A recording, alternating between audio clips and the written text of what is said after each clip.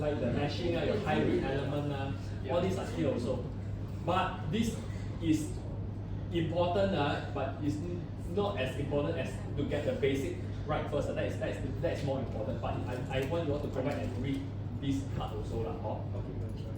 Like say, next week is the last lesson. So you must think about it. Where must you be at before next week? Okay? Why? After that, cannot get the answers. You must do next week. Yeah, so that's why this, no, next week. The week after next. So next week is critical. Next week you all must put in a lot of work. Okay?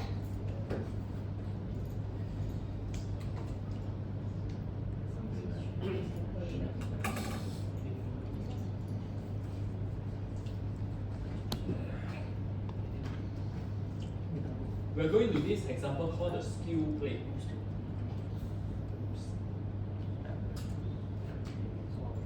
Okay, now see.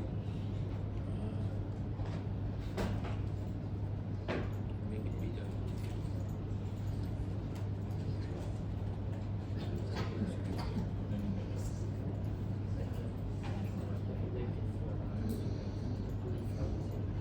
Okay, so what is a skew plate? If you look at this, right?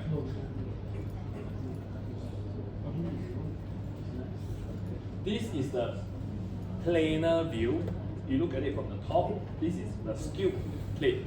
Okay, you put it flat and you apply your load on top of it. One end restrained, the other end roller. Okay. So question. We talked about this just now. Same set of question.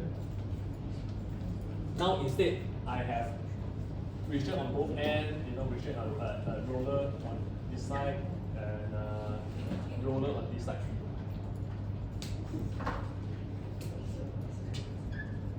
And restraint on this end. This model, can I do it in a 3D solid? Can I model it? Technically, can I model it as a 3D solid? Technically, don't say it's good or no good, but can I do it as 3D solid? Yes or no? Yes. Yes. Can I do it as a 1D element? Yes or no? Yes. Yes? Are you sure? No. This is a skewed plate. If it's a square plate, like this, you can. But it's a skewed plate like this.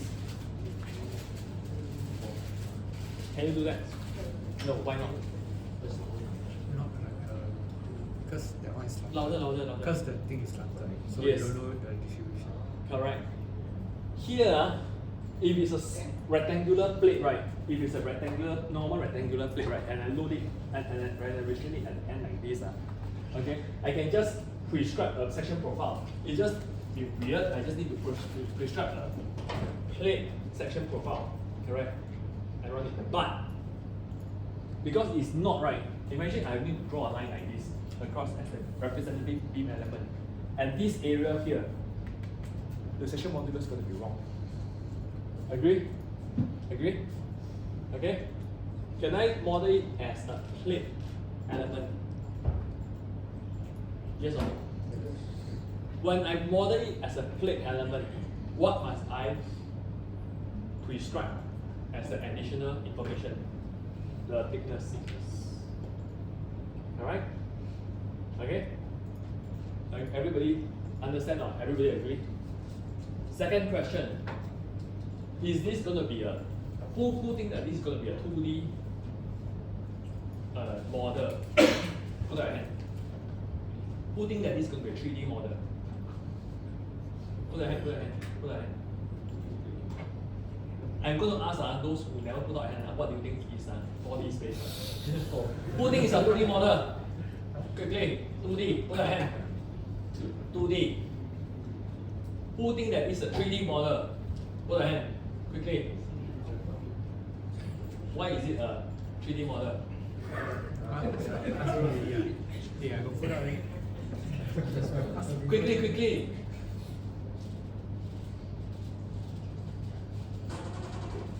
Why? Why do you think it's a 3D model? Because got the degree, the angle of the skin. Okay. I can still model it in the 2D space one. I can still model this at 2D space one. I can make the difference. Huh? This is very, very important. Right? This is the most important thing. Right? It looks trivial, but this is the most important thing. Do you realize? Okay? If it is a 2D model, where will be the load? If it's a 2D model, what is my Cartesian coordinate? X and Y. It's going to be that, because if not, I can't even model this, correct? The problem is, what about my load? Where will be the load? The load is which direction? Just say. Y. Huh? The 2. Huh? Y. The load is where? Which direction? X direction. X direction. But you see, it's not there. This is the load there. What is the axis of the load? Huh? 3. Who say? 3. Number 3 direction, correct. It's in the third direction, correct, which is the Z direction, very good. Okay? So can you do this in a 2D space? No. So what must you do it at 3D space? Now, don't look at this. If I was to apply a load like this, okay? If I was to apply the load like this, and this is extremely important and you must understand this. Okay? If I was to do the skew plate like this, still a skew plate, correct? Instead of adding a load like this, I add a load like this. Who think that this is going to be a 3D space? Put a hand. Who think that this is going to be a 2D space? Put a hand. So, what space is going to be? 4D. Huh? Because actually a 2D space. 2D space. Who else? Who would think that this is going to be a 2D space? Everybody. Who think? Who think they're going to be a 3D space? Okay. This is your x-axis. This is your y-axis. 2. Okay. In abacus, 1 x-axis, 2 is y-axis. Okay. This is the Cartesian coordinate. If this is the question, this can be done in a 2D space. Agree? Why? Because number 1, I didn't expect any deformation in the third direction, correct? Because there is no external force in the third direction, so it doesn't matter, right? I don't care what's happening in the third direction. There's no degree of freedom in the third direction. But in this case, do I expect deformation in the third direction? Yes, because it's going to deflect in the third direction. Agree? Okay? Okay, so let's start. Huh? Sorry? So as usual, we go to new document, then we save as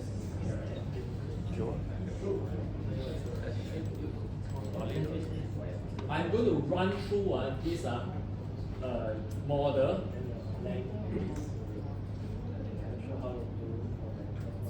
And my objective is to run through this model, show you how to do it, right? So you all have a feel, because I will assume that you already know how to do the beam model, your beam and your truss model, and we're going to do the plane, so that you have a feel of what is the difference. Okay?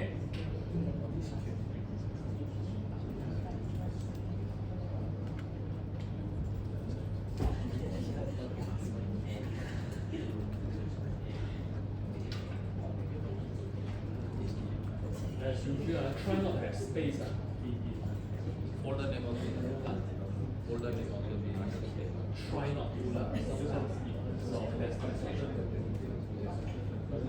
and because have the problem when it comes to some weird type of things, from error, right, then it doesn't show it properly. So that's also one problem.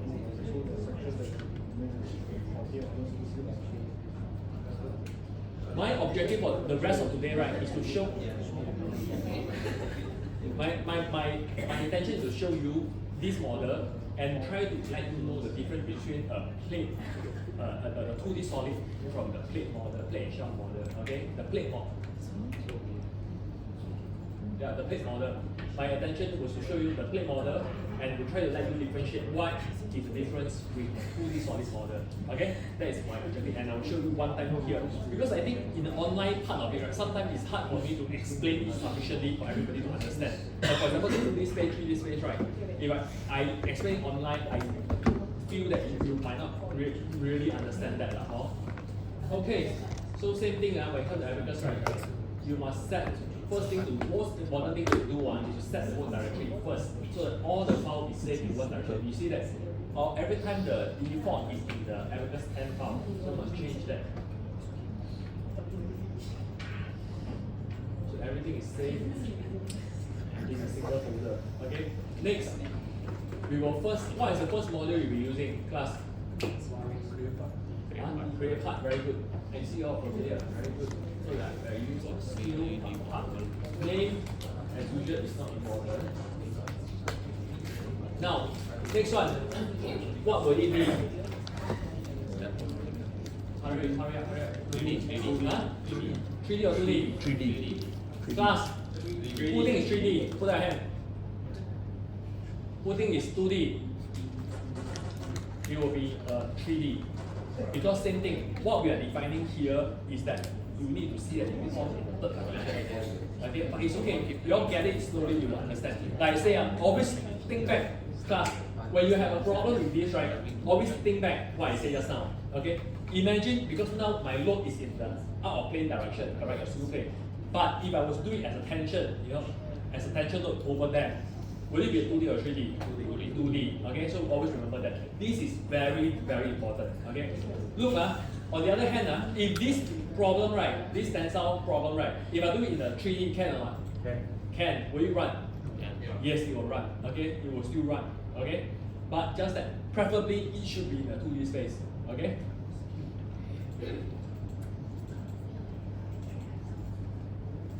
Is it deformable or rigid? Deformable. Uranium is typically your CFP, okay? Would it be solid, shell, wire, or point? Shell. Huh? Who think is solid? Class, who think is solid? Put your hand. Who think is shell? Put your hand. I'm going to go around ask, not shell, not solid, then what is it? What is it? What is it? Solid. Huh? Who think is solid? Put your hand. Who think is solid? Can be solid. No, yes, agreed. Who think is shell? Put your hand. What is it? Then what is it? Good point there. It could be solid, it could be shell. But like I said, if it can be done in the shell, do you do it in the solid? No. If it can be done in the shell, do we do it in the solid or the shell? Shell. Okay. If it must be done in the solid, you jolly well show me that why you need to be done in the solid. You know what I mean? Okay?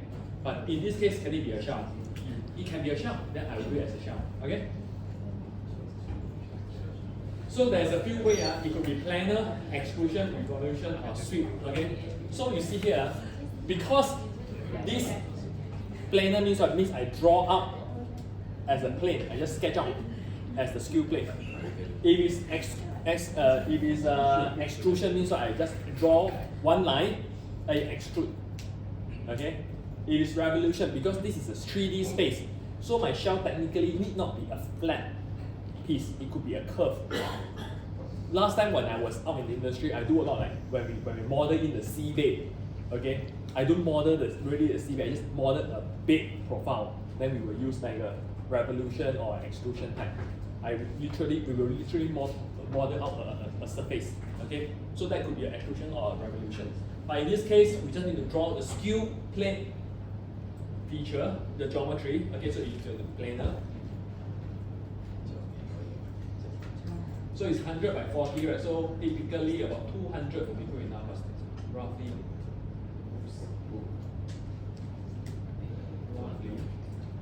Then after that, like I said, we just need to roughly draw something. Okay? Then we will erase the constraint because I wanted here, I wanted it to be a skew plate, right? So it can't be a right angle. So I delete constraint.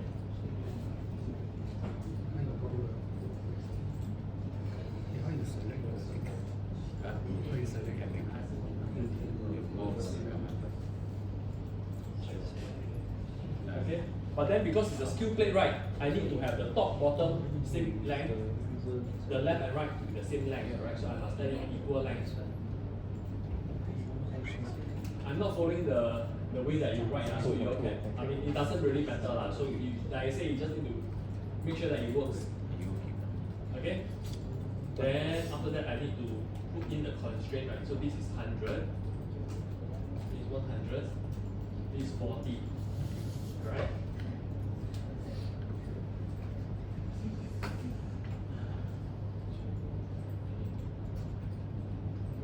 Then I can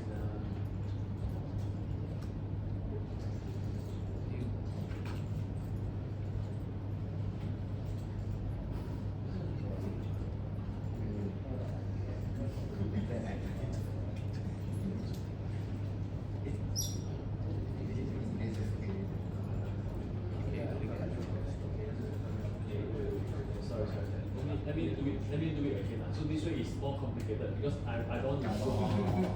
Okay, I just need to draw something like this. It's easier to draw something like this. Okay, let's draw something like this first. Okay, because you wanted the angle here. You wanted the angle here. So you just draw something like this.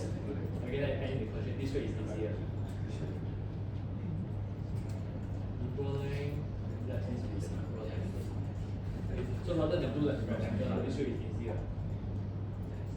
Okay. Then after that, I just up to you. You can just do a line here, horizontal line. You can do it as a construction line also if you want. Actually, you can do it as a construction line. Yeah, just do a horizontal construction line. So this line you see that is hatched. So it's not we are not using it. Angle is what? 30 degrees. 30, huh? Yeah, good. So this is 30. So you just click here up to this line here. Put in 30. Okay? What else?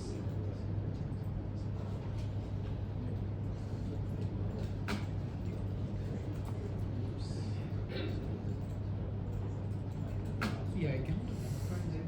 Nothing hanging. Keep hanging.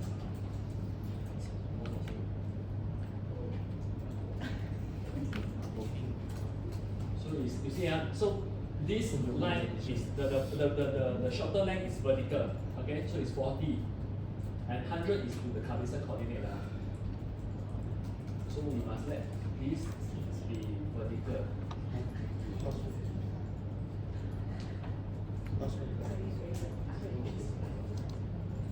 Okay. Then you create a dimension. You just keep on pulling it down and it becomes a horizontal dimension. Like this, 40. Okay? Okay, so if you go to XY plane, you see, always look at this. So this is the Cartesian coordinate. In the 3D space, it looks like this. Okay? 2D space, look like this. Okay? So after the part module, what's the next one we are doing?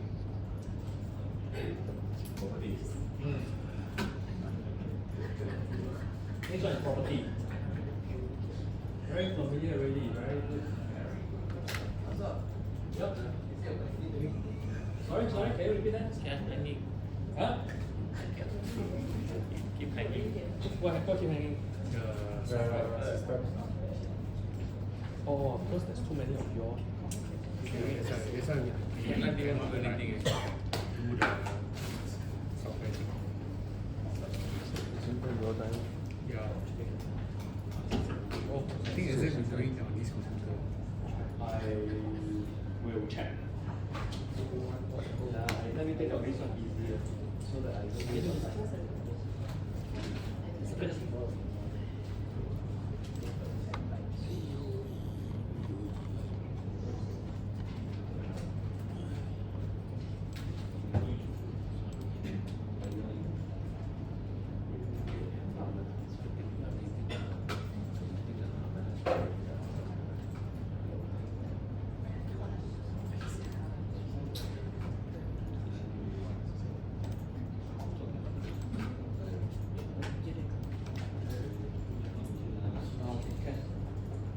Okay, so this is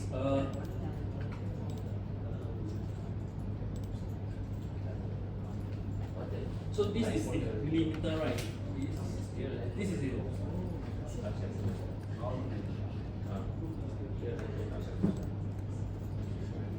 So it's wrong, so you see, this is wrong. Yep. I didn't read it carefully just now, sorry. Still contact the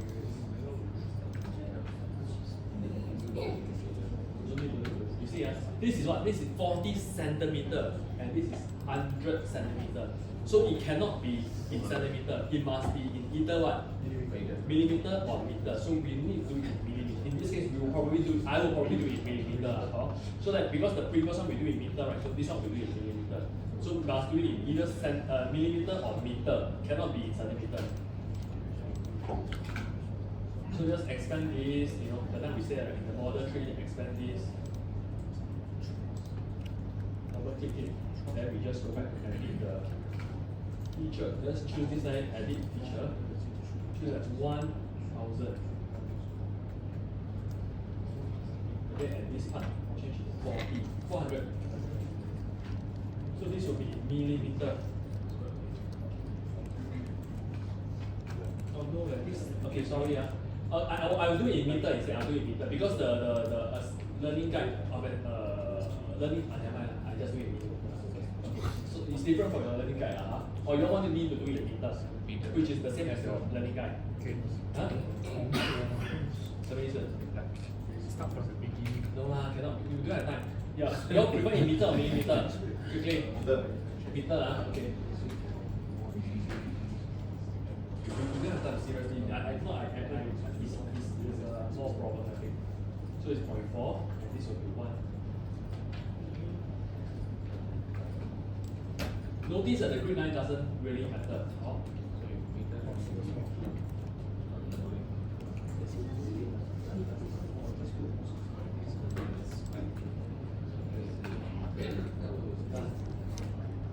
Then it asks you to regenerate and double click it.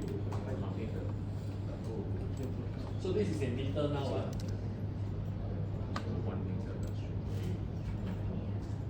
Then regenerate. So you can check the distance. Okay, go to here, distance. Check the distance from here to this point here. Okay.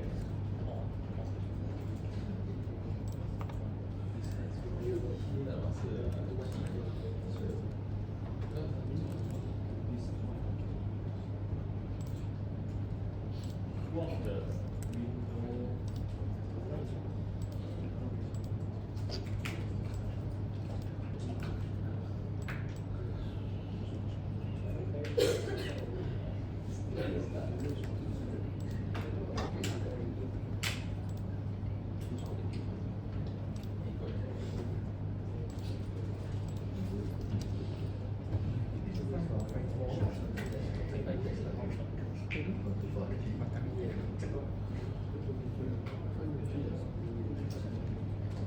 So you see the component distance, right, in this direction is 1 meter. 1. Then 0.50. Okay? So you see from here, 1 is the x-axis, 0.5 is the y-axis, 0 is the z-axis. Okay? Then we are going back to the property. Save it, then we go to property.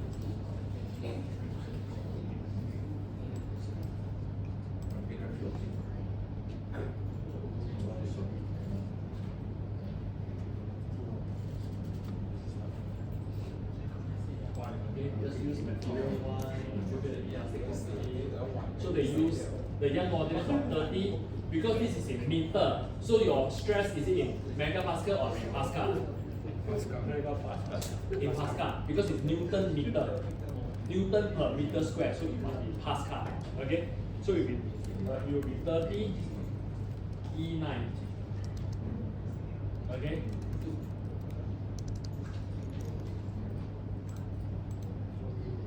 You all get this, you all get what I mean? It's Newton per meter square. It is Newton per millimeter square, then it will be megapascal. Okay? Poisson ratio 0.3. Okay. Then next, we'll be creating the section. Okay? Now, for the section, right?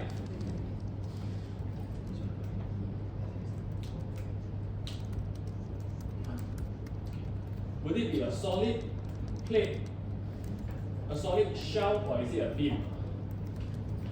So it must be a shell, okay? Then you see here, you ask you to prescribe a thickness.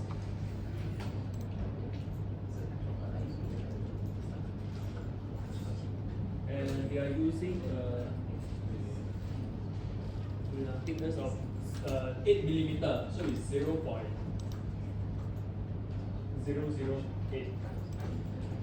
Okay, so this is, remember just now we said this, right? Remember this, right, is what we say here. This is this.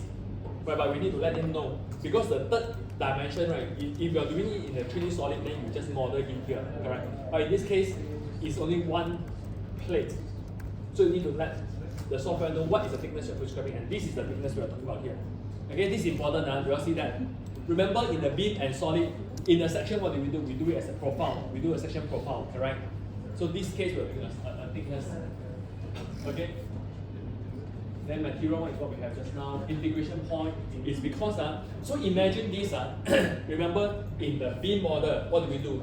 In the beam model, right, if you wanted to find the bending stress, there is no bending stress. You need to find the S11. Remember in the beam model, we find the S11 at top and bottom because this is your bending stress, correct? So you need to find the S11 here and S11 here. From there, you will determine what's the bending stress because it's not one singular stress like what we have in the truss model, correct? Likewise for here, right? This you're calculating the stress across the body. That's why that is a different integration point across the thickness. So that means they're calculating, but they're assuming it linear. Okay, so but likewise, like what we have previously in the beam model, the shell model, the plate model will also have bending stress across the thickness. You also need to find out what is the stress at the top fiber and the bottom fiber, and to the integration point. Okay, but keep it as a default.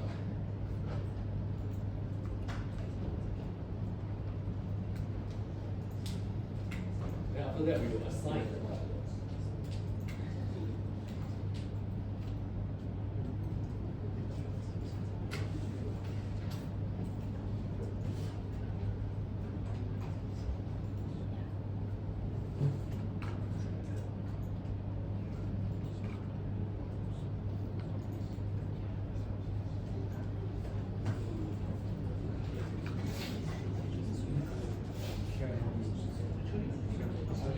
You see here, this is something quite important, but not, most likely you will not be tested. So you see the definition here. We are doing it from the middle of the surface. Remember, class. Remember we project, right? What we're trying to do is to project. This is what I model here. I need to give it a thickness, correct?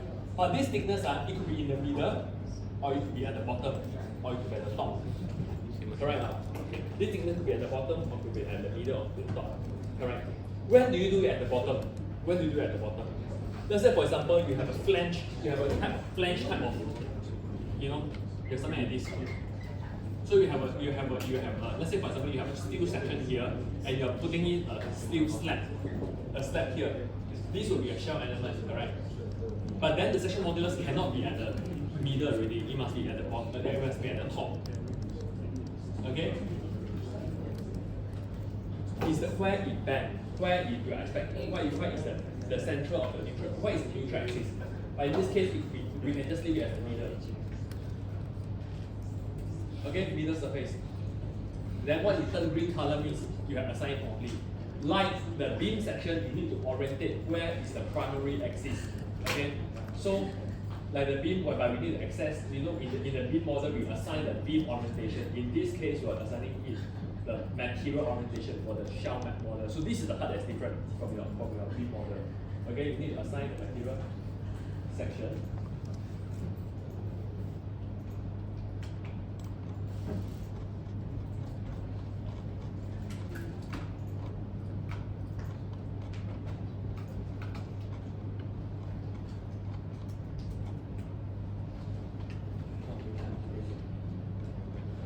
You see, the default section, right? The default section is here.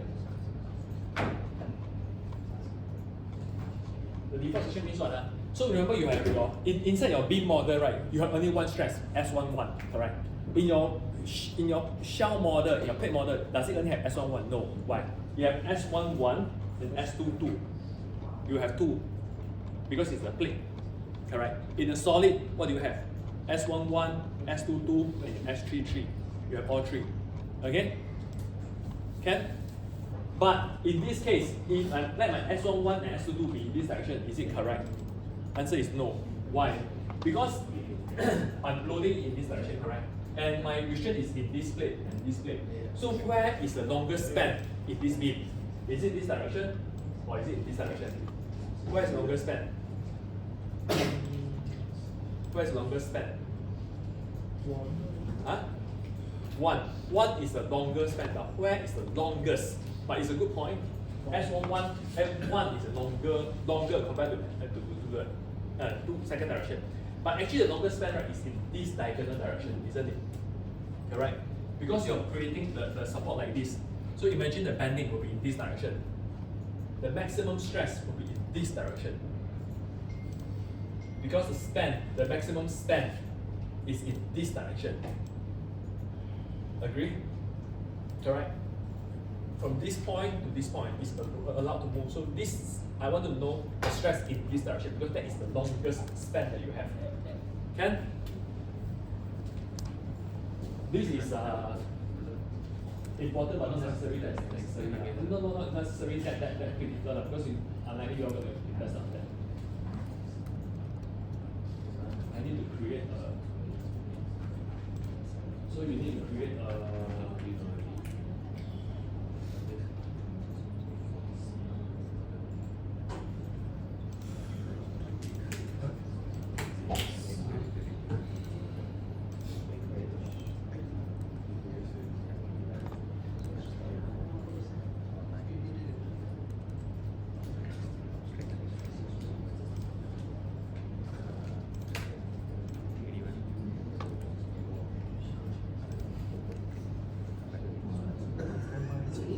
Đồ khô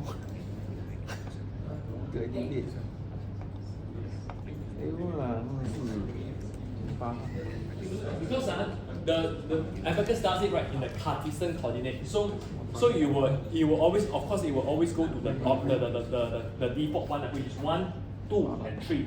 But because this isn't our most critical one, our most critical is direction, so we must create another Cartesian coordinate. So you see, I'm creating another Cartesian coordinate, another coordinate system.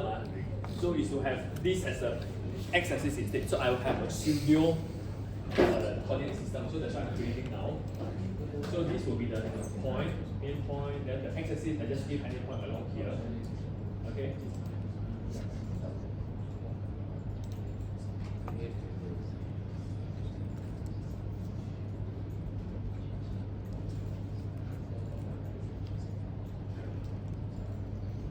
So you see, now the xy, instead of this, now it become this x, y.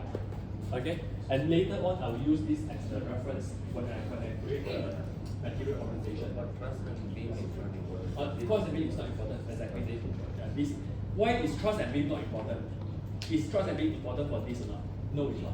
Because the trust and beam, right, S01 is always along your beam direction. Correct? It's always changing. But in this case, it's different because you could have a lot of plates. So it will always refer, same thing as your solid, same thing as your plate. When it comes to the solid and plate, right, the stress direction is always back to your Cartesian coordinate. Okay? So I will assign the material orientation and use the. You see, when I select this, right, then that part will highlight. When I pick this, right, then this part will highlight. Okay?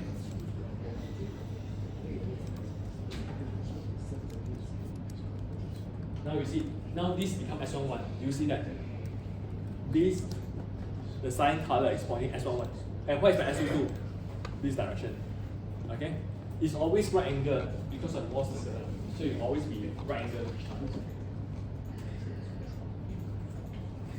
Okay?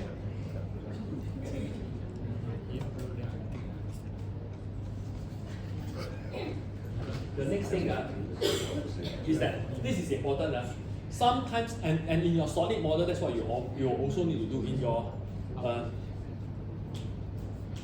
we need to create a partition. In your exam, sometimes this is important. Let's say, for example, in this case, where will be the maximum stress? Let's say if I have a simply supported beam, if I have like a beam here, okay, where will be the maximum stress? Huh? In the middle, correct? The middle will be maximum stress. But if you let Abacus mesh it, right, if you see, if I just let it mesh, I don't know whether it's going to come out like that, okay, but let's say I don't care, I just mesh it, right.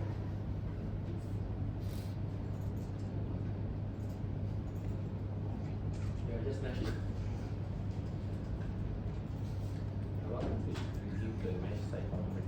Sorry? Automatically the resize. Seat size, we need to key in or automatically comes in. We can use the seat size. Size. Size you need to key. I mean, it's up to you. You need to have an idea. You need to choose something. You need to prescribe something that is appropriate. Yeah. So you see,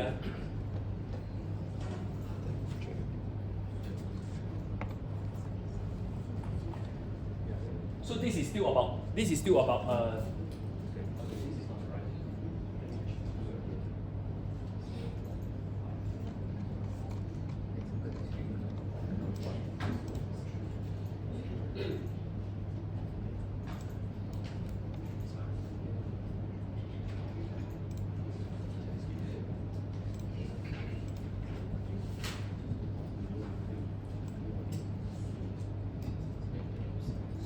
So you see, does it mesh in the middle? Do you have a node in the middle? Because we only give you the result, right? And every node, so you have one node. It's like a direct statement method. Only the node will have a result because that is what you put inside your statement matrix, right? In this case, you will not have any result at the middle.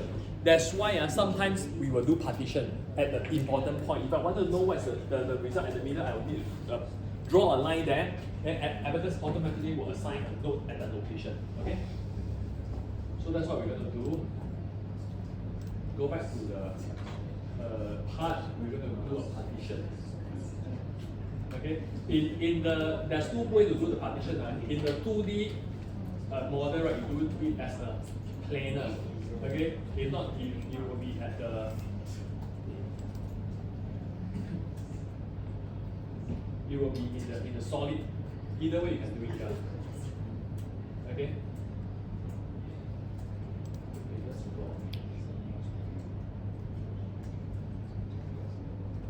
So you see, actually Abacus, you will have a point in the middle. So you just need to draw it. And now, because you have drawn a line there, right? Next time when you mesh, right, you always have a node at the middle. That's why we need to have we need to do a subpartition. Okay, so after that we can do the same thing. Go back to your assembly. After we have finished our property, go back to your assembly, bring in the part. Okay, then bring in the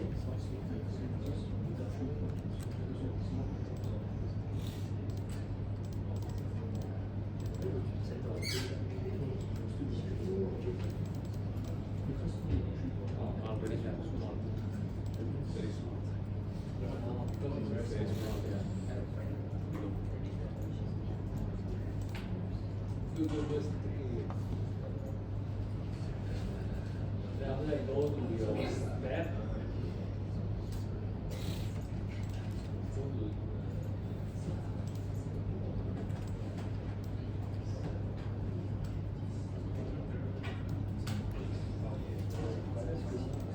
Choose as linear perturbation.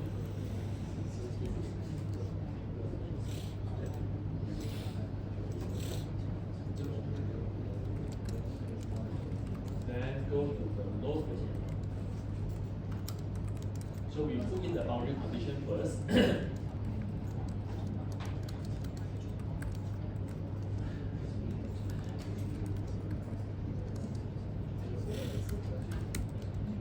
so you just put it as a displacement. And I want to restrain, right, the end, this end here in both directions. Okay? So you see, this is exactly like what we had just now for the material. Now, if I was to assign, like in the beam model, right, it will always assign in the Cartesian coordinate. So it will be 1 and 2 direction. But in this case, can we do that? No, we can't, because that restraint right at the end here, right, the roller is what is moved in this direction, not in the X direction. Okay, that's why we need to change it to make sure that it doesn't follow this U1. It must follow just now, the one that we have created there. Okay. And it's evident if you see it's evident. Okay, once I do right, if I choose this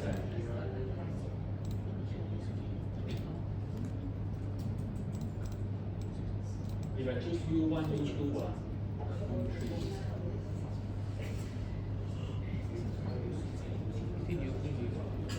Never mind. I just want to show example. So you see that this is in this direction. You see, it's in this direction. But I need it to be in this direction because the roller is free to move in that direction. Okay? For the other end and for the other end, not for this end. Okay, so we need to edit that. U2 we never restrain. We restrain.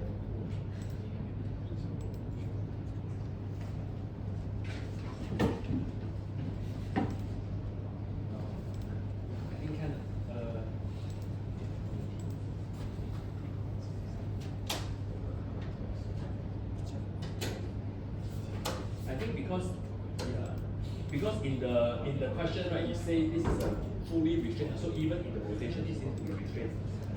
Okay? So we just follow this, then take this. And you see that it's restrained in this direction. You see that? Okay? Yeah. Huh? Yeah, yeah. You gotta do the other side. Okay, same thing here, I create another one. In this case, right, it will be free to rotate it will be free to move right in the what direction, it will be free to move in the, sorry, it will only be restrained in the Y direction, correct?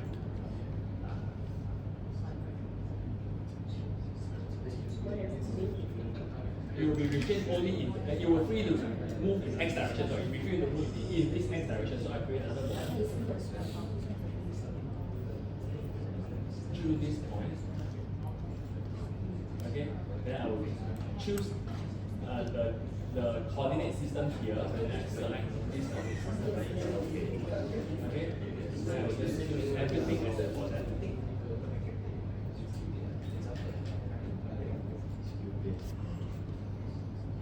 Okay.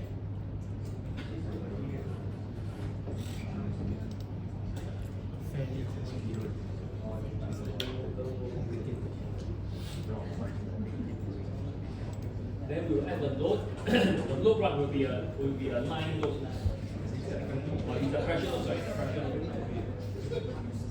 Hey class, this is important because previously you will always add it as a concentrated load. So this is a pressure load in this form. Okay, so you get pressure load. Okay, you just add it to just click on the surface. It's important to note that if you don't click, there is a difference. You cannot drag the whole thing because you will end up selecting the edge also, the line also. So we just click on the surface itself. Okay, then you will see, it will ask you to choose whether is it the brown or is it the purple, because it will ask you to apply a load normal to the surface. So if it's the top surface, right, it will be going downwards. If the bottom surface, it will go upwards. Okay, so you will see if it's brown or purple. Then you can see that if you rotate around, right, behind is the purple surface. Behind is the purple surface. You see that? In front is the brown surface. So we're adding it downwards, so it must be the brown surface. Okay?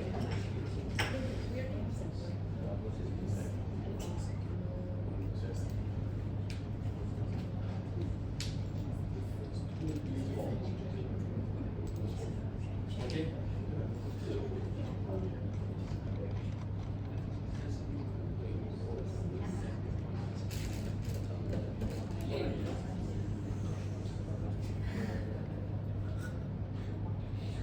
We got two partitions there.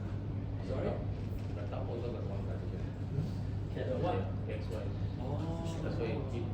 Yeah. Because when I create just now, I should have shift it back to the origin. You're right.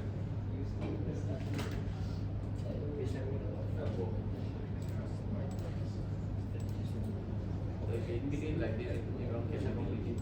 Yeah, you just restart. Yeah, just restart. They're not worth it. Like me, I watched the video I think it was 0 what do we here? Yeah, just restart. Most of the time, it's actually very fast. Okay? So we added the node.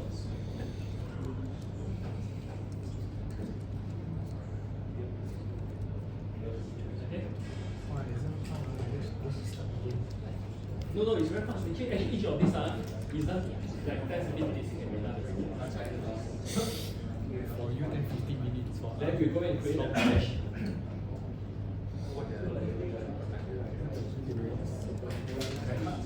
How the skills more than Okay, the max size in this case is 0.1. So you see, this is 1 meter, this is 1 meter, correct? If I put in the global success as 0.1, how many should I be expecting along this length? Roughly, about 10. Okay, so it's important for you to imagine that. Remember, if it's something that's bending, right? You typically have about 10, 8, 10, roughly that. Nobody will give you a straight answer because 8, 10. But then you probably need to be 8 or 10. Okay, so that's why it's 0.1. So roughly it could be 10. Then we need to assign the element type.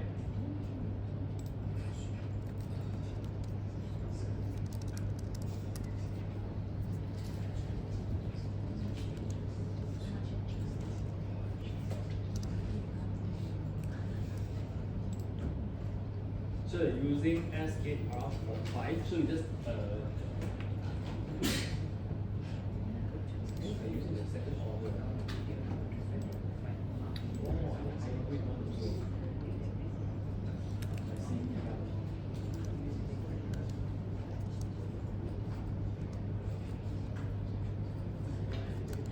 Then you just smash it. Okay. Whether is it S, I don't know whether this is very important. To me, this is not very important, but in case you are wondering what, in case to give you more confidence what to select, right? Just now you see, in the shell model, right, it will be S4. Typically, we do an S4. Shell, S4, okay? 4 nodes. This is the first order element, meaning what? Only the nodes, remember we said, only the nodes have a degree of freedom, only the nodes can move, only the nodes can move, correct? But if it's a second order, means what is 1, 2, 3. That means each edge have one more. Okay, so how many? 1, 2, 3, 4, 5, 6, 7, 8. Correct? That's a second order element. Okay? And you have one more in the middle. Okay? But there is also a reduced integration. So the middle node is not so important, so you can S8R5. That's why they can also have an S8R5. In your case, right, always in your exam, just use the S4 as well. Okay? Why do you need to have a second order here? You can read your learning guide. So you can have a second order here, right? So that previously your more element, right, will only have a straight line because there's no node in the middle. But with a node, that means you're expecting the gradient is important. You want to know like how is it deforming like this. It's not previously it was it could deform the same way, but now you have a gradient, so that you will have a stress gradient across the element itself. Okay.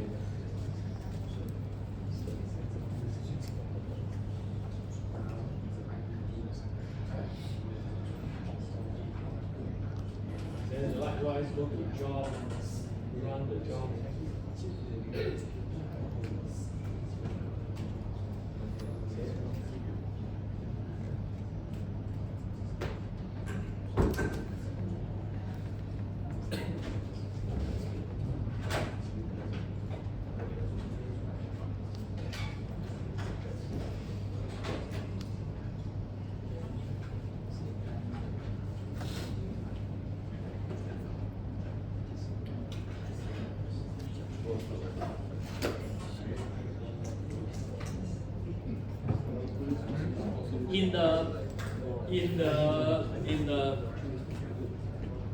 Later towards the end I will say that. Okay, class, are you still listening? Yes. Or it doesn't matter to you already, huh? No. Listening, right? Okay. And this is important because I say certain things I wanted to discuss during the class. I thought it's important, it's easy for us to interpret. Okay, remember just now in the beam and truss model, it's always along the beam itself, correct? And like I said, in the plate and shell, in your solid model, it's always what? You no longer have just one element, so you need to know what is the stress along this plate. Okay, if you look into your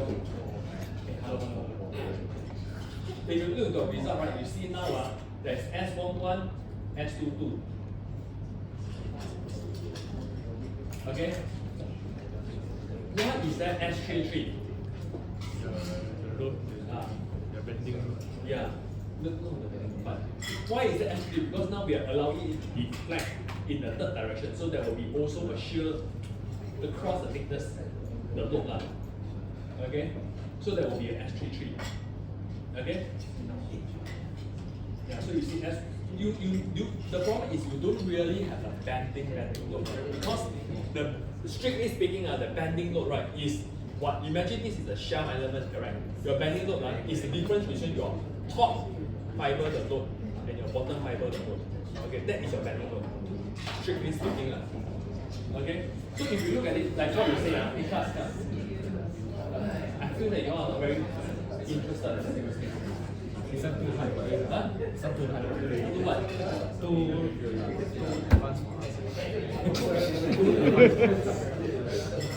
It's so big already.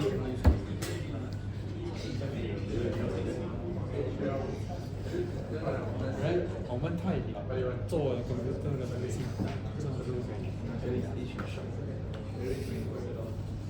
他有孩子了，是不是你分天才？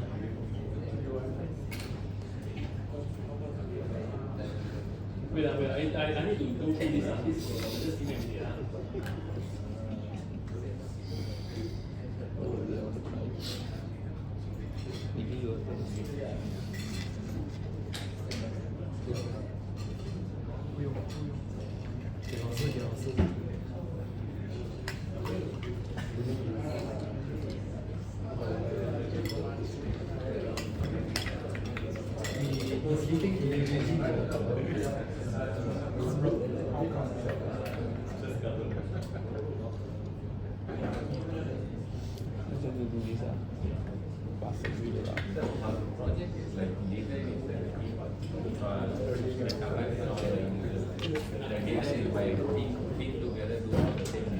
Yeah, can. Yes. Just now a question was asked, hey, class. You all are all in your respective team, right? You know, you're all in your respective team. The reason is because this way, right, it will help you to help you all to work better. You know, this what am I trying to say?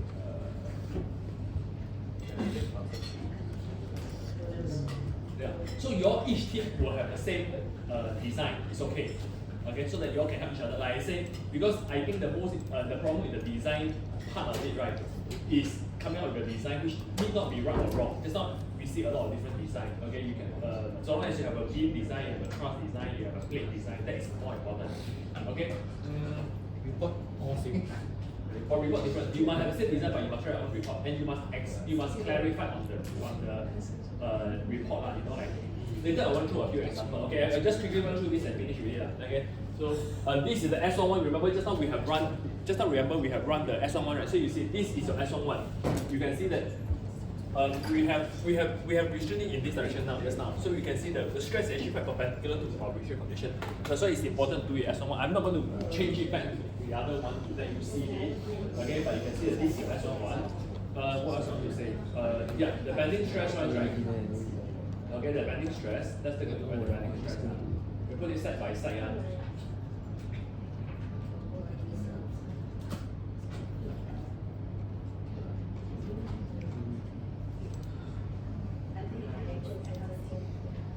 Okay, then we put one as the bottom, one as the top. Okay, you can see the bending stress, right? In this case, right? The middle is about this will be in Pascal, correct? This will be Pascal, so it's 92 megapascal in the middle. Okay, at the bottom, this at the bottom, yeah, negative. So this is bottom, surface negative. Okay, and it's about. I can't see. Can you just want to read it? Sorry? Can do a 3D picture like that, this case exactly shows. I can The 3D case clarity showing this case. I mean the exact surface, which direction to go.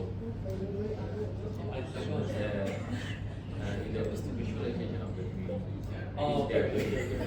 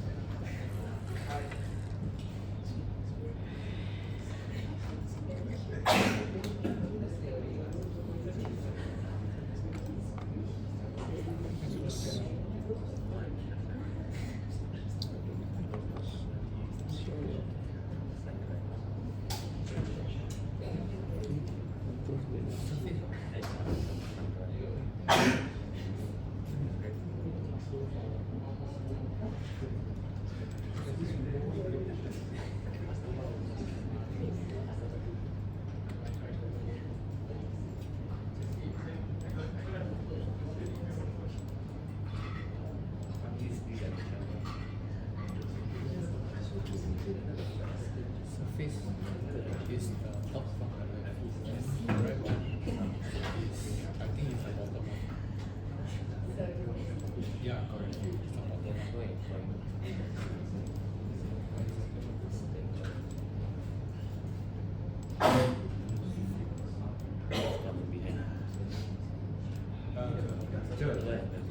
The right side is the bottom one, is it? Yeah. Because it's like mirror, you see the right hand is the 9.29, right? Then you see your zero is negative 9.3. So it's your point. Can see the calculation.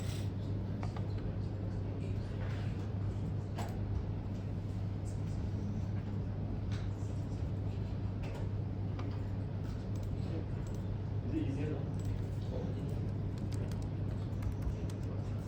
Okay.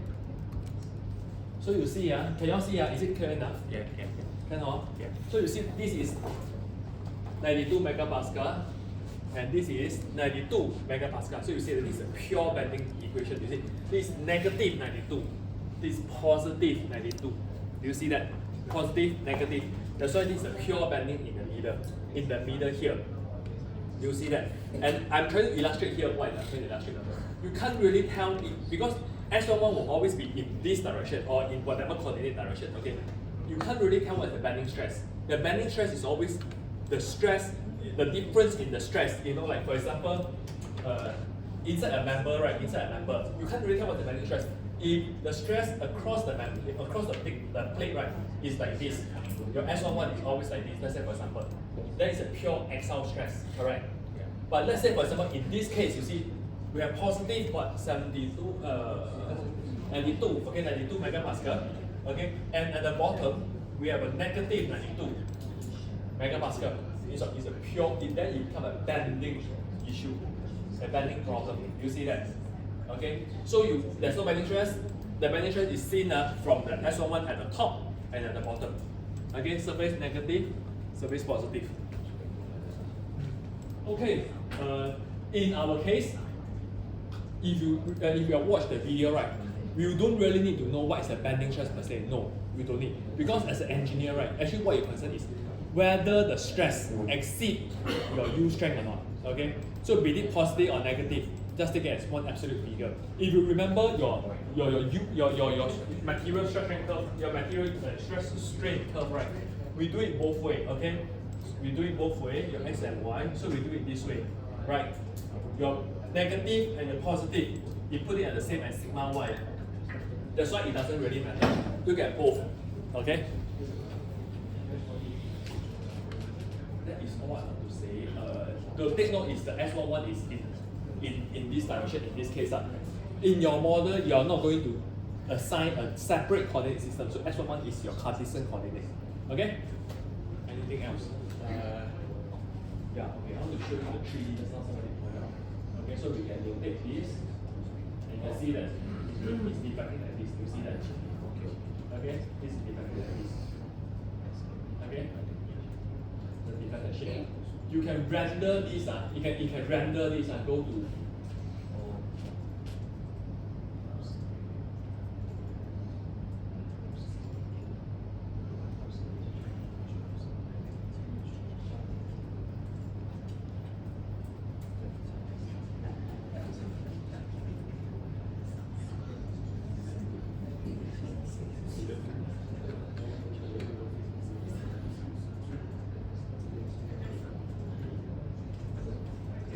you can render the thickness profile. And you can see that. Do you see that?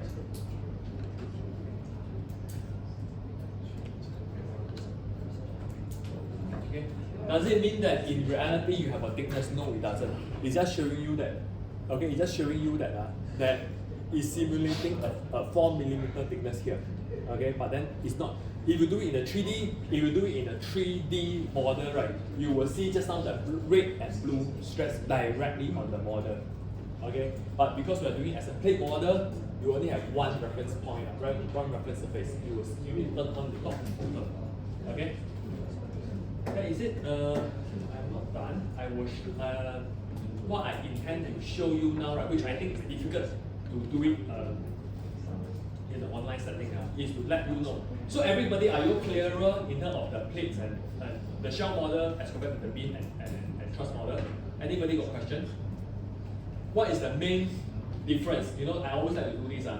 Compared to your beam model and your truss model, what is the difference from beam and truss model? Number one, you need to assign the material orientation, just like your beam model, correct? So you know where is your S11, correct? If not, how do you know just now this S11 is which direction? Then you just plot S11, S12. No, right? You need to know exactly where S11 is for you to rationalize it. Number two.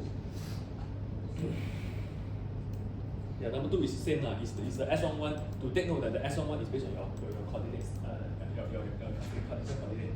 Of course, the other things like, you know, like in terms of the material property, you have to show the thickness, in terms of the element type, you must use the shell 4, S4 or you always use S4 in this case, S4 shell element. Okay, that is the main difference.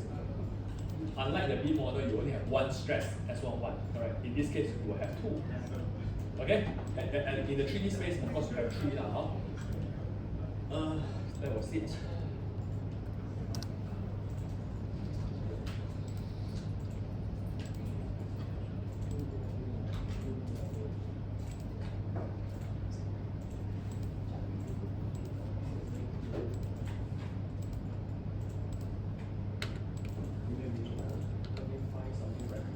I just wanted to explain to you, right, what is a plane stress and what is a 2D solid model. What do I mean when I say it's a plane? I want to explain to you what do I mean when it is a 2D solid model and it's hard to do it.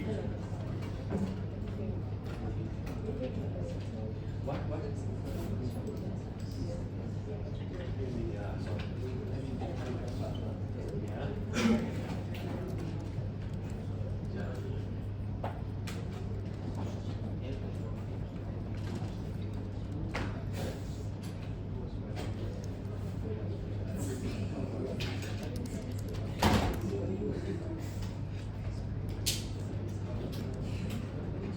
Hey, are you okay to stay like 10-15 minutes? Are you okay with that? Cannot, because actually, by right next lesson, you all also going to stay until 6, right? So you all must be okay to stay until 6, right? Then I want to take until 6, just 10-15 minutes, okay? But I thought this is easier to explain like this rather than in the online where I need to assume that you understand.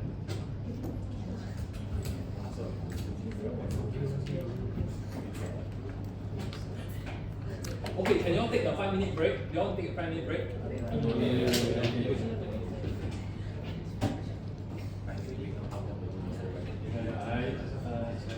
Just need another.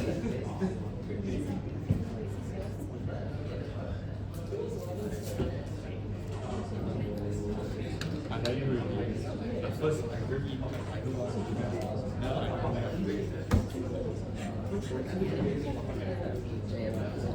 Okay, hey, class. As I find my material, wait. Now, you all are still fresh. I want you all to think about it. In your con rod model, how are you going to do it as, because now we have done 3 already, right? Beam, truss, and your plate, correct? So how are you going to do it in the plate? If it's a plate model, how will you do it? Can you think about it? If it's a plate model, how are you going to do your plate model? You know what I'm trying to say, right? Just now we need a beam, we need the truss. Now for plate, how are you going to do it? Can you think about it? 3D. You all try to sketch something, you all cannot think like that one. I tell my dad, I tell my friend, you don't practice maths by thinking about it. You all need to draw something, draw. So.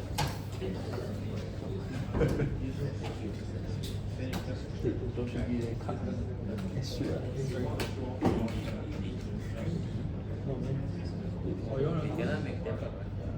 No. We can do 2D because computers. Because it's a place. Maybe only get vector. Go vector.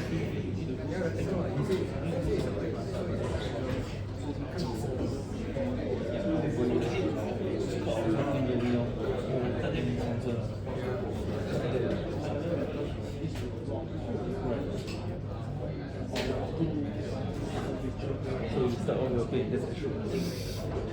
Remove materials. Yellow. We can do 3D.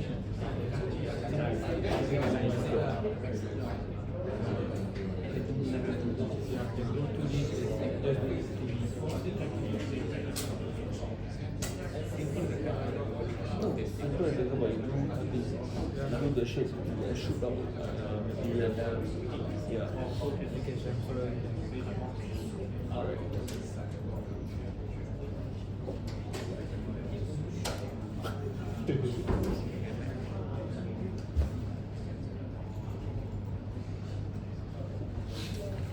Usually more a lot more things to do but harder about. Hey, you all must be able to think of it. I said I found it already. Okay. Okay. Do you all want? Hey, class. Do you know what I'm trying to say? For the third one is what they call it shell model. They call it plate model. Huh? Shell model is it? Yeah. Shell or plate? They say what? Oh, third one. 2D model. They never say shell or plate. Or they say 2D solid. And this is important. Next lesson is the last lesson. So by then you all should be very familiar except for the solid model. You don't know what I'm going to say. You don't need to think about it as serious. You don't do it in class and why you want to do it. What's the third one? 3D. Third one is 2D solid element. Oh, third one is only solid element. Okay. Yep. Okay, so I need to share a little bit of this first. I will end off this lesson, okay, explaining what is the 2D solid element, which is quite similar to what we do for the plate and shell. And I would want to take 5 minutes of your time after I finish to let you all discuss what is your geometry going to be for the 2D solid. Is it okay? Can we do that? Yes. Okay, then it's easier. For the last lesson, I can just go through the solid model with you all. What you all want to do for solid model, then I can go, have a little bit of I can prepare you all for the exam also. Okay? Can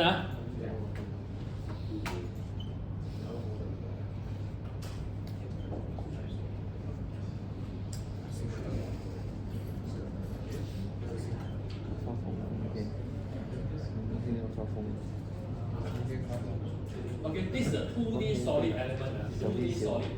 So what is a 2D solid? If you look at this side, just now we talked about is what?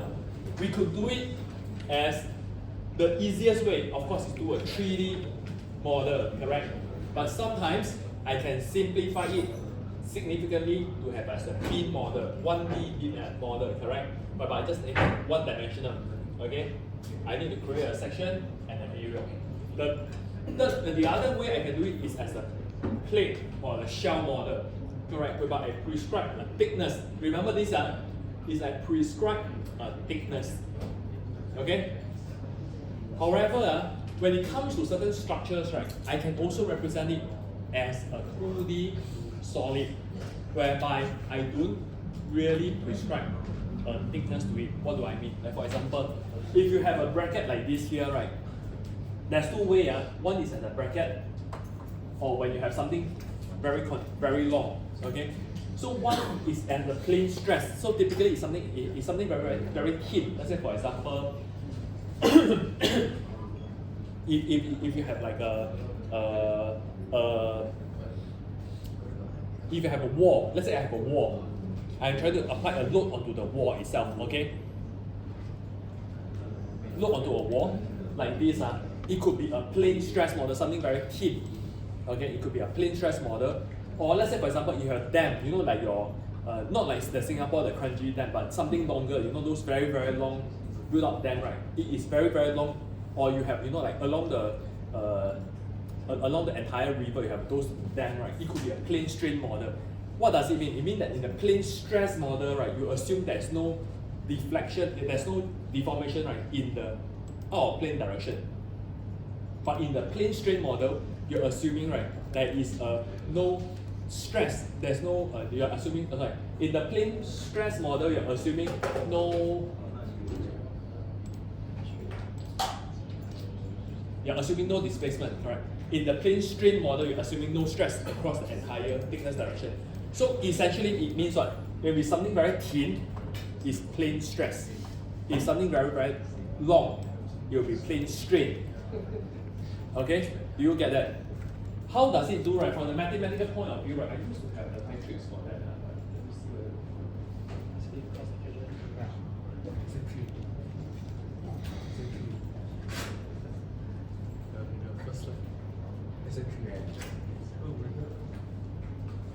Okay, so you assume it's the thickness direction, right? So I assume there's no stress in the plane stress direction, right? You see the sigma z is in the thickness direction. You assume there's no sigma z. But in the plane strain, right, you're assuming there's no epsilon z. Okay, one is sigma z. It assumes 0 for the plane stress. For the plane strain, you assume there's no strain in our plane direction. Okay, so one is for something infinitely long.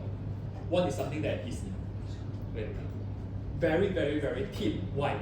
Because imagine if I have something very, very long like a dam, right? Imagine I have a dam like this, right? If I was to push it together, correct?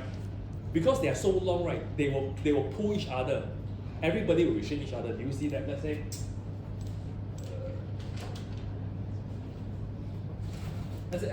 say this is the dam. Let's say this is the dam.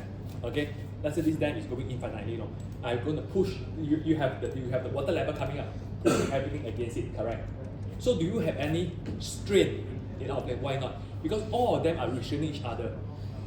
We are assuming this hypothetically, right? Infinitely long. So everybody is holding each other in the thickness direction. That's why there's assumed no strain. Okay. Inversely, very, very thin, something very, very thin. Let's say something very thin like this. Okay. And if I'm going to compress it, something very thin. This is, let's say this is the thickness direction. Something very thin. I'm going to compress this. Okay. The thickness direction, right, is so thin. That means there is no stress in our plane direction. Is it easier? The strain is easier to understand, right? The strain you all understand, right? The strain you all understand that part. Okay, it's the stress part. You all understand the stress part of it. Because it's so thin. That's why because it's so thin, that's why it's free to everybody. You have the Poisson effect coming in. It's free to deform in our plane direction. Okay, that's why there's no restraint. But in the plane strain, it is totally restrained. That's why there's no strain. That means you have the maximum stress. But in the plane stress, it's free to deform. That's why there's no stress. So it's quite inverse. So the plane stress and plane strain is quite inverse in the thickness direction. Just remember the main thing is, I think as a whole, right, you need to remember is for the plane strain is something very, very thick, like a dam. Always remember it as a dam. For the plane stress is something very, very thin. And the reason is because of the restraint in our plane. Okay, very long. You have a lot of the member itself are restraining each other. That's why you're restraining each other out of plane. It doesn't move. Okay, this is the other way. I don't consider thickness at all because there's no stress. Okay, so but the model of this, right, essentially is you still model them as a 2D element. The matrix is different.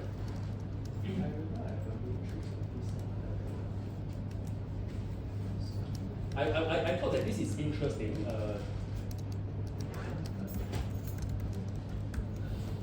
why is this easier lah? Why is this still more efficient than compared to a 3D model? Because it makes an abbreviation right in your stiffness matrix itself.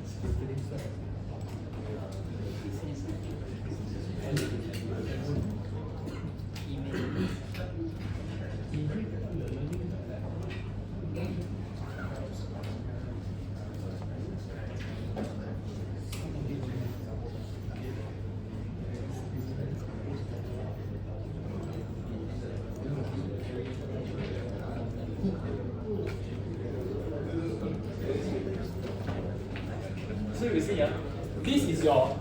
So you see, this is your full entire stiffness matrix, right? For your. This is a full entire stiffness matrix for your 3D model. Okay. By right, you will have your sigma xx, sigma yy. Okay. Sigma zz. Okay. Then you have sigma xy, sigma xy, sigma yz, and sigma xy. Okay. So you have your 6 by 6 matrix in a 3D solid. Correct. The difference is that when it comes to plane stress, plane strain, you will directly omit out. Let's say, for example, in this case, this is a plane stress model whereby they omit out the sigma x, the sigma zz, sigma zy, and your sigma zx directly. So that's why it helps to reduce compared to the 3D model. Okay, and that's why you can model it as a plane stress. Then that is why it's different from your plate and your shell model, whereby you only have the 2D. In your 2D model, right, you only have sigma x, sigma yy, and sigma xy, but then you do have this 6 by 6 matrix here. Okay? But in this case, they omit out this part. That's why it is still easier compared to your 3D solid. Inversely, when it comes to your plane strain model, right, they will take out is the epsilon zz, epsilon, not take out, they will assume 0, epsilon zy, epsilon yz, and epsilon zx as 0. So it will still be easier compared to your 3D solid. Okay? So in your case, when it comes to the con rod, this is the most important part really. In your con rod, right, what will you be using? A plane stress or the plane strain element? Who says it's plane stress? Put your hand. Who say plane stress? Put your hand. Who say it's plane strain? Put your hand. What do you say? Huh? I don't know. Cannot say don't know. Hey, plane stress, put your hand quickly. Plane stress, hurry up. Hey, ending already. Hey, this one. Plane stress, put your hand. Plane stress. Plane strain. Okay? Like I say, in the plane strain, you're assuming that there's infinite restraint in our plane direction, correct? In the plane stress, because it's very long, okay? That's why everybody is restraining each other. Plane stress is opposite. Plane stress, you're assuming that they don't restrain each other. You know, like for example, if a cube, you press it, right, you have a Poisson effect. That's why your out of plane direction actually is restraining it, you know. But in the plane stress, I don't, just now we showed, right, you know, we're assuming sigma zz to be 0. So it doesn't, the stiffness and the thickness direction doesn't influence it. That's why it is denominous, right, to a very thin member. So which one is correct? So in your con rod, it should be a thin member or a thick member? Thin member. So I'm assuming there's no restraint in the thickness direction. So it should be what? Huh? Plane stress. Who says it's plane stress? Okay, again, okay. Who says it's plane stress? Just you find the Plane stress. Plane strain. just stress. So it's supposed to be a plane stress element. Okay, because it's supposed to be very thin. Your contour is supposed to be very thin. Okay, assuming what? There's no restraint in the thickness direction. Okay, unlike a dam, you see that like a dam,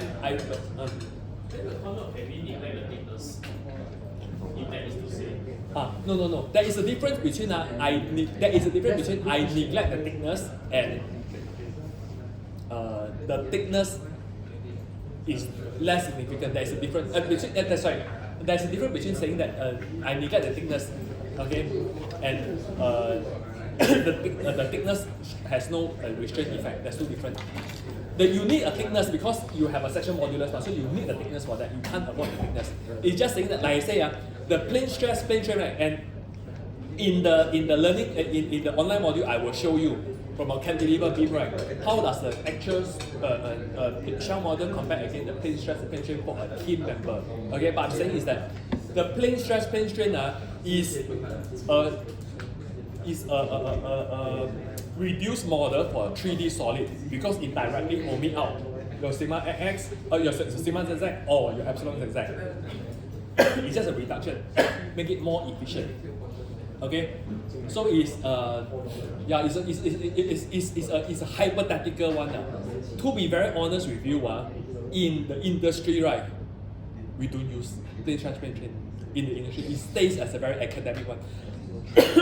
Personally, because I'm assuming, and there's no way to, and there's no hypothetical model for that, you know. In the shell model, I'm just assuming that you have only degree of freedom in the xy direction. Okay, the zz is linearly interpolated. Remember, just now we showed the S11 at the top and the bottom. There is still a stress due to the bending offset.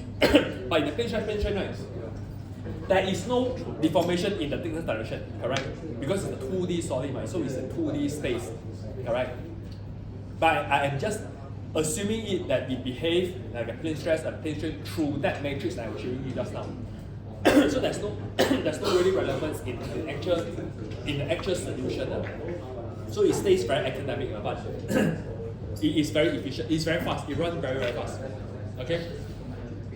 If you ask me, it serves as the upper bound or lower bound. That means your maximum result. Maximum plane strain will give you the maximum stress. Plane strain will give you the maximum strain. Right. Imagine if I have a piece of paper. Right. If I have a dam here. Right. I want to know what's the maximum stress on this. Right.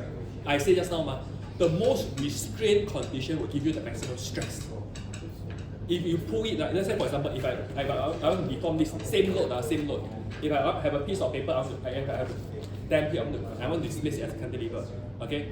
If I don't pull this at each end, will the stress be higher as compared to if I pull it at this end? Which one will be higher? If I pull it at this end, right, and I push this, right, same force, pulling at the both ends will give you a higher stress. Agree? Do you agree? You agree? Correct? As compared, I don't pull the end, I just displace this same load. This will give me a lower stress. So that's why the plane strain, right, will artificially give me the most conservative stress. Okay? Likewise for plane stress, it will give you the most conservative strain. You know? Because let's say for the same load, I'm let's say applying 10 kilonewton. The plane stress will give me the highest displacement compared to a plane, compared to the actual condition.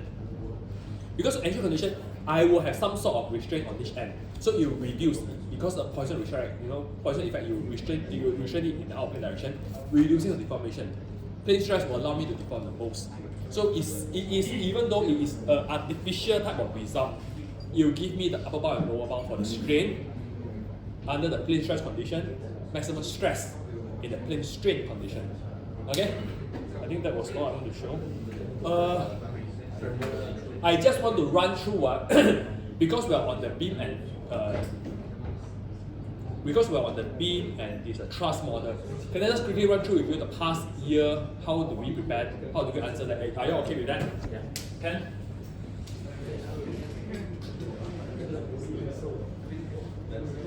Give us answers. I want to point out the reason why I do this is for a reason, for a purpose. Because in your exam, right, you will have two parts. First part is you need to create, let's say we just talk about beam and truss, you know you have three parts. First is your calculation, second you need to have a model in terms of the beam and truss, third you have a shell model, correct? But for your beam and truss, you need to have two parts. First part is you mathematically use the model to calculate, let's say for example, maximum stress or maximum displacement. You need to have one. The second part you need to discuss is the discussing part that I want to show you. And the mark is 50-50. So getting the model right, uploading it, really get you 50% of the mark. Yeah, 50% is this.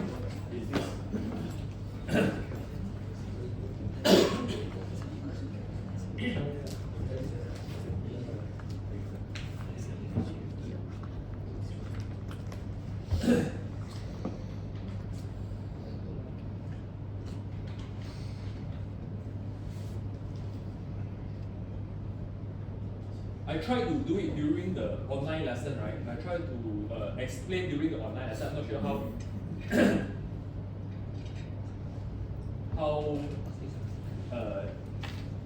whether you all have survived up to that stage. I tried to explain it right. In the discussion, this is where you need to demonstrate your understanding. That's what I will say. When it comes to the comparison, you bring up things like, for example, your beam, your truss element, you know, you like, what will you do as an engineer? You don't just base the result, that's it, full stop, no. You look at the result, whether it makes sense or not, correct? So you see the result, relatively close. Okay, which one will give you a higher displacement, beam or truss? Huh? Anybody, quickly? Huh? Which one will give you a higher displacement? The result is here. Actually, I have a typo, like, apologies. Yeah. This is obviously a beam model. This is a truss model. Okay. Yeah, it's 3 a.m. Okay, I turned it around. Yeah, I found it. Okay. Anyway, this is obviously the truss model. Okay. And this is obviously the beam model. You look at the deformed shape, you know which one is the truss, which one is the beam, right? Yeah. Yes, which one have a bending? Alright, so obviously this is the beam model, obviously this is the truss model. Which one should have a higher displacement? Who say beam? Look at the result, you all look at the result, so you can give me wrong answer. Which one say truss? Can you read the result? Which one is higher? Huh? Which one is higher? Look at the result, so you can give me wrong answer. Huh? Who say truss? Who say trust? Hurry up. Who say trust? Why? About why? Think about what I said just now. Think about what I said just now. Think about what I said now. The more restraint you have, correct, will give you a higher stress. Correct? But a lower displacement. Make sense? Make sense, right? Make sense, right? The more restrained you are, the stiffer you are under the same load, under this load control condition, under the same load, it will give you a smaller, if you are more restrained, it will give you a lower displacement, correct? Okay, I'm just going through roughly on how you should answer this sort of discussion. Remember, if I have two models, you need to think about things like this, okay? Truss, slightly higher. Why? Because the truss model only handle the axial stiffness. It only had axial stiffness. Remember just now when we run through this, right? He had the same area. So we have the same axial stiffness, but in addition, he had the bending stiffness based on the section modulus IXX, right? So this one had the additional bending stiffness, whereas this only had the longitudinal stiffness, correct? Only the axial stiffness. So that's why here, you see that it has a slightly higher displacement. Make sense? Imagine, let's say for example, now, you don't forget about this, I'm just going to pull a rod. Okay, first rod have axial stiffness. Second rod have the same axial stiffness, but on top of that, you have a bending stiffness under the same load. Which one will give you higher deformation? It will be the one with the lesser stiffness. Agree? So that's why this will give you a slightly higher displacement. So you need to bring up things like this in your discussion. Make sense? Okay. For example,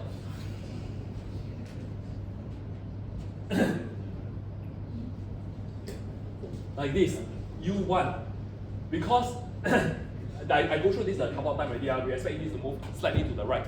Makes sense, so this one I'm not going to say.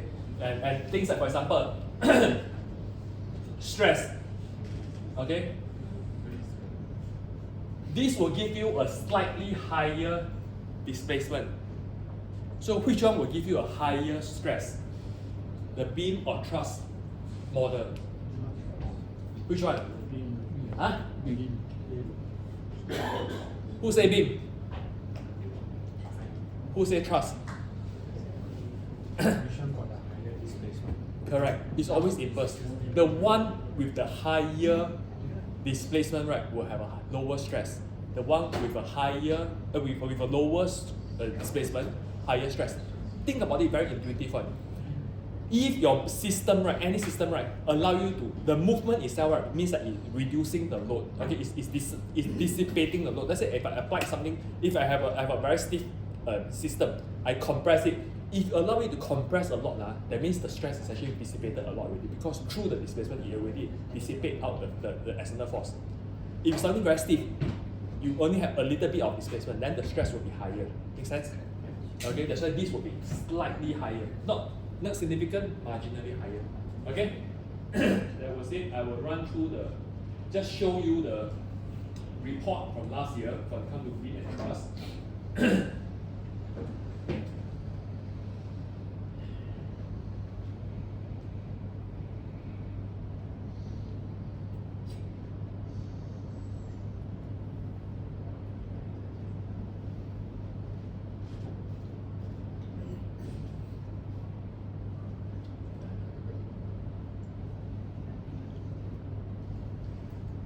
Okay, all this is the same.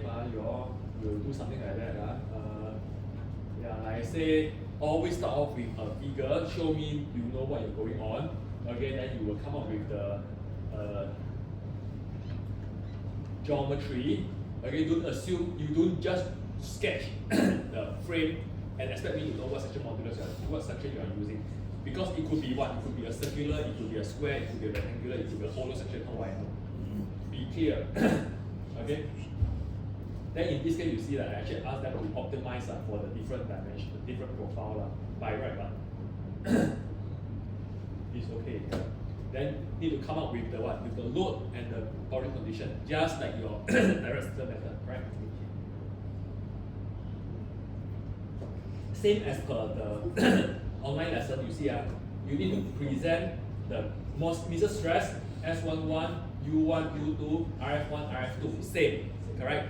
This is a truss model, so you only present one set of misers and one set of S11. If it's a beam, you need to present both the top and bottom. I'm coming to a point very quickly that you all will be stunned later. Okay? No, later you give me. So this, okay, just remember, so this for the truss frame, right? So it's a very simple, it's a little bit like the hoist one that we do, except the bottom is flat. But this is skewed because it's a bicycle rack. So but it's still a truss. It still can be done as a truss. Isn't it? It still be stable as a truss, correct?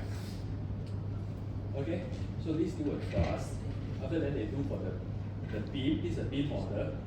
So because this beam, right, you see here, this beam, this is the wheel, right, this is a beam. So there's no way that this can function as a truss.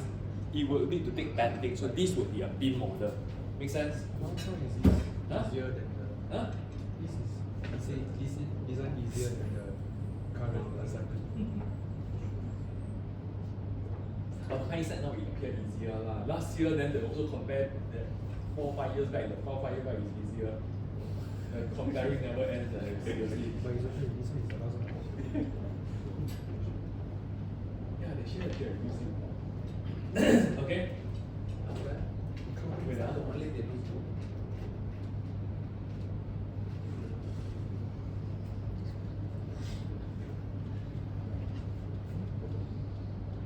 Wait,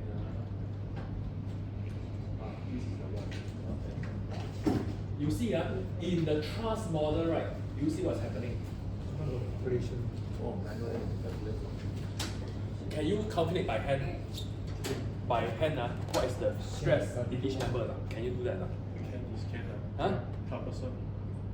You need to do that. That's it, as an engineer, if there's a way for you to calculate the result, then you need to do that to show that your result is correct. Trust model, you need to do that. Okay? Not difficult. Not difficult. Not difficult.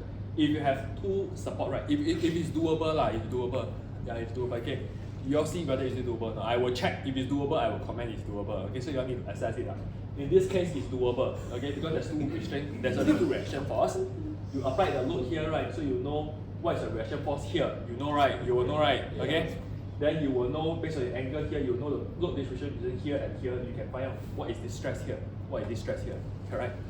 Easily, you can find out the moment, sum of moment across the entire system. From there, you can find out the individual reaction load.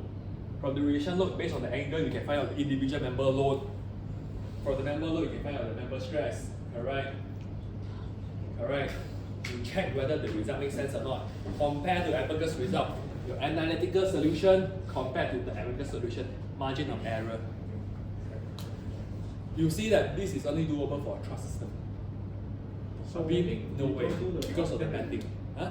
So if we don't do the trust, then we don't need this. You need to do it. You don't want the trust mark location, is it? Oh. Huh?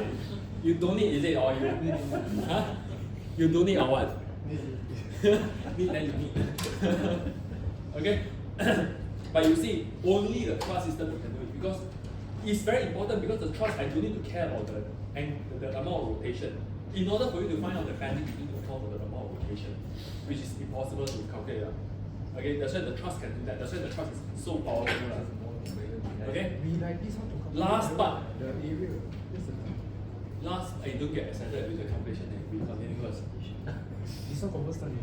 Huh? This one the calculation convert study. Let me show you the discussion. I just want you to have an idea of what to discuss. No. I think it is important because I don't want the Abacus is a good software kind of conclusion. So I want you all to take a look. And then you can see the thing that I discuss is always the same one. Whatever I say, you all can just okay? You see? Compared to the truss, the beam are able to support shear and bending moment. Okay, to have angular deformation. But the truss only have axial load. Okay, so I able such bending force. Yeah. So things like this. Yeah. Then taking about closer steel material is closer to the design requirement. Meet the vertical compliance limit. So you need to bring in like your design limit, things like this in your discussion also. Okay. And also in your exam also you need to bring in things like this. Okay. So try to prepare certain amount of the discussion. You see, it's always the same. Just now we talk about plane stress, plane strain. Plane stress is what? For a very thick or very thin member. Huh? Thin member. Plane strain is for very what? Things like this. Prepare it beforehand. Just plug it in. Okay, don't plug the wrong thing. Some people plug the wrong thing sometimes. Yeah. Okay, so plug it in. Prepare a little bit of this sort of thing. It's always the same thing. I already told you, beam, truss, one model. Plate, 2D solid, another model. So prepare things like this. Okay? Then it will be easier. Okay, yep, that's all. Thank you. Right.